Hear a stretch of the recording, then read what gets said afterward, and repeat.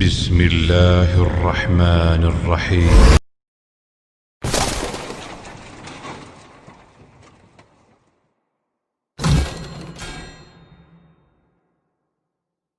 سوال ہے بے نماز کی قربانی کیسی ہے؟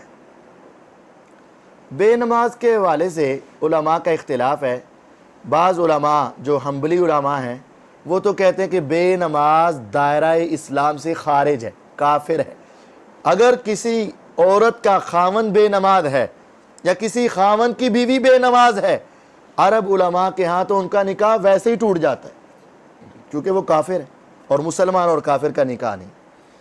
اور بعض علماء اس میں کہتے ہیں کہ یہ کفر جو ہے یہ چھوٹا کفر ہے، کفر تو کیا ہے اس نے لیکن دائرہ اسلام کے اندر ہی ہے۔ اگر کبھی پڑھ لیتا ہے، کبھی چھوڑ دیتا ہے، کبھی پڑھ لیتا ہے، کبھی چھوڑ دیتا ہے تو اس کو مسلمان ہی شمار کیے جاتے ہیں۔ اور ہماری بھی رائے یہی ہے کہ نماز کو چھوڑنے والا اگر نماز کا انکار کرے یا اس کا مذاق اڑائے یا اس کو حقیر سمجھے اور یہ حقیر سمجھ کر چھوڑے تو دائرہ اسلام سے خارج ہے۔ اور اگر کبھی پڑھ لیتا ہے، کبھی نہیں پڑھتا، سستی کرتا ہے تو اس نے کفریہ عمل تو کیا ہے لیکن دائرہ اسلام کے اندر ہے، اس کی قربانی اللہ کے ہاں قبول ہو سکتی ہے۔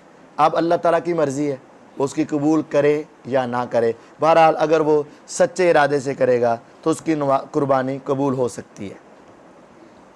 سوال ہے مکروز کی قربانی کرنا کیسا ہے؟ یہ بات بھی عوام الناس اکثر سوال کرتی ہے کہ کیا وہ شخص جو مکروز ہے، جس کے اوپر قرضہ ہے اور وہ قرضہ ادا کر رہا ہے یا ادا کرنے کی نیت ہے، تو کیا وہ قربانی کر سکتا ہے؟ جی ہاں، کوئی مقروض شخص اگر وہ اپنا قرضہ بھی ادا کر رہا ہے اور قرضہ ادا کرنے کی نیت بھی ہے، اس کے ساتھ ساتھ اگر وہ قربانی کر دیتا ہے تو اس کے لیے جائز ہے، درست ہے۔ اور یہاں یہ سوال بھی ہوتا ہے کہ وقتی طور پر کسی کے پاس ابھی پیسے نہیں ہیں، اس کی کمیٹی نکلنے والی ہے یا اس کی تنخواہ ملنے والی ہے یا اس کے پاس کوئی چیز ہے اس کو فروخت کر کے اس کی رقم آنے والی ہے، تو وقتی طور پر اس کے پاس پیسے نہیں ہیں، کیا وہ کسی سے ادھار اور قرض لے کر قربانی کر سکتا ہے؟ جی ہاں، کر سکتا ہے۔ اور ایسے شخص کو میرے خیال کے مطابق اور میری یہ رائے کے مطابق زیادہ ثواب ملے گا۔ کیوں؟ یہ زیادہ جذبے سے کر رہا ہے، زیادہ مشقت اٹھا کر کر رہا ہے، یہ زیادہ محنت کر کے کر رہا ہے۔ تو جو شخص قرضہ لے اور قرضہ دینے کی نیت ہو اور اس کے پاس اس کے قرضہ اتارنے کے سورسز بھی ہوں، وسائل بھی ہوں، تو پھر وہ آدمی قرضہ لے کر یہ قربانی کر سکتا ہے۔ شریعت نے یہ کوئی پابندی نہیں لگائی کہ صرف وہی کرے جس کے سر پر قرضہ نہیں ہے، ہر آدمی قربانی کر سکتا ہے، اس میں کوئی حرج نہیں ہے۔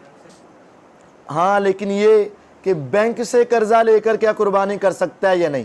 بینک سے قرضہ لے کر تو قربانی تو اور ہے، گھر میں کھانا بھی حرام ہے۔ کیوں؟